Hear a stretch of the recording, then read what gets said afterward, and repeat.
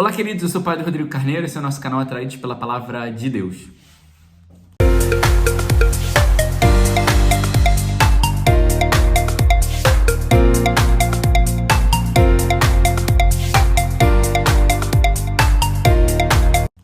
Bem, então seja muito bem-vindo, você que é um atraído pela palavra e que tem feito com a gente essa experiência aqui no nosso canal. Seja muito bem-vindo. E vamos hoje, nessa quarta-feira, celebrar os mártires São Carlos Luanga e seus companheiros mártires.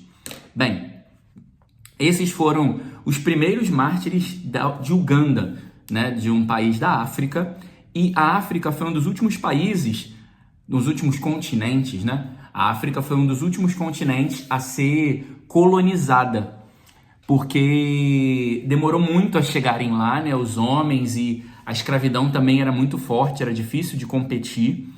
Isso também gerou uma dificuldade, porque quando os primeiros colonizadores chegaram, os primeiros evangelizadores chegaram, de maneira geral eram europeus, então homens brancos, então tinha muita confusão entre o povo africano, se eles eram colonizadores ou evangelizadores. Na maioria, pela experiência que eles tinham tido do choque da colonização, eles confundiam os evangelizadores com os colonizadores e não queriam, rejeitavam eles. Então a evangelização no continente africano foi muito difícil por isso. Os evangelizadores eram recusados, né? Eram rechaçados porque se confundiam com os homens brancos, com aqueles que eram os seus algozes, os colonizadores. Mas ainda assim, alguns homens conseguiram evangelizar, e Carlos Luanga foi um desses. Foi evangelizado e começou também a fazer um apostolado de maneira especial com os jovens, por isso ele é padroeiro dos jovens, também ali. E ele começou a anunciar o evangelho, a pregar e batizar esses jovens ali na África. Só que quando um novo rei chegou ao poder, ele começou a perseguir esses evangelizadores porque queria expulsar a religião católica do continente africano. Então, a primeira atitude dele foi, ele encontrou um jovem que se declarava católico e ele transpassou ele com uma lança e deixou ele agonizando a noite inteira, e no dia seguinte mandou decapitar ele, para mandar um recado e dizer: não quero vocês aqui, parem de anunciar.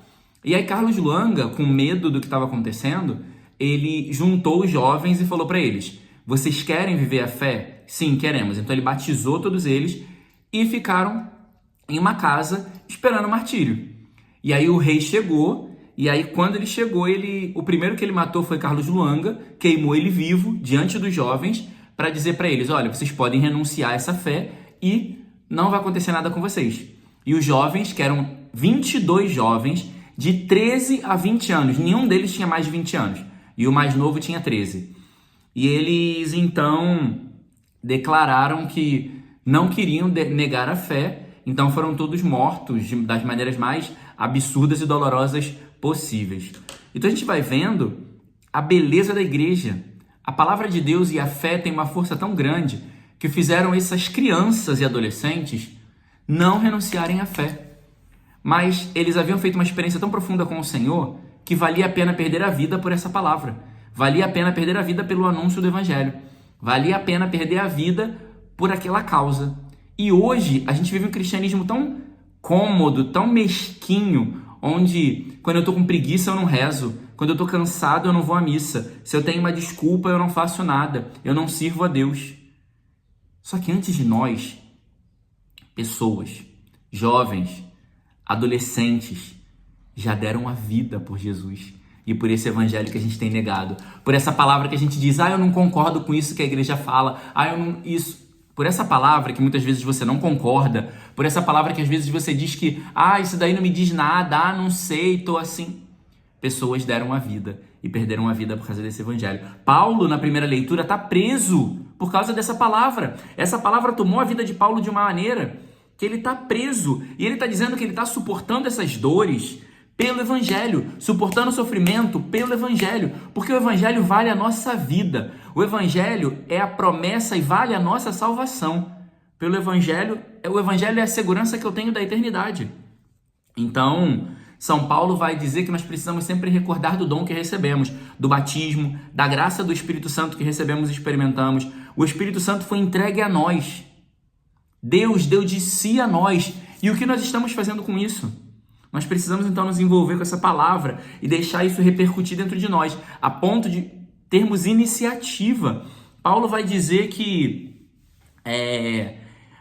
que a gente não tenha medo, né? Porque o Espírito Santo não nos chamou ao medo, mas é um espírito de coragem, de ousadia, de avançar, de partir, de seguir em frente. Então peçamos ao Espírito Santo essa coragem do anúncio do Evangelho, a coragem e a ousadia para falar e para anunciar sem medo. Ele vai dizer, não tenha vergonha de testemunhar o Senhor, porque por ele eu sou prisioneiro. Tenham ânimo de viver o Evangelho e de seguir a palavra de Deus. Então assim, Paulo está encorajando a gente a sair dessa mesmice, a sair dessa baboseira que a gente vive, que tudo dá medo, tudo dá vergonha, tudo tem insegurança. O Espírito Santo é um espírito de coragem para avançar e seguir. O Evangelho, a gente vai ver as aflições, né? As perseguições que Jesus já estava passando. E aí vão tentar pegar ele dessa vez com a lei do levirato. O que dizia a lei do levirato? Que se uma mulher perde o marido e não tem filhos, o parente mais próximo do marido pode tomar aquela mulher para si para dar um filho a ela, para que ela não fique sozinha, porque na teoria a viúva ficaria sozinha e ela não podia trabalhar, não tinha espaço na sociedade, ela ia morrer de fome. Então que ela tivesse pelo menos um filho para cuidar dela. E aí eles apresentam esse caso do cara que tem 7 irmãos e os 7 se juntam com aquela mulher e ninguém dá filhos a ela. E aí eles perguntam, quando chegar no céu, a quem ela vai pertencer?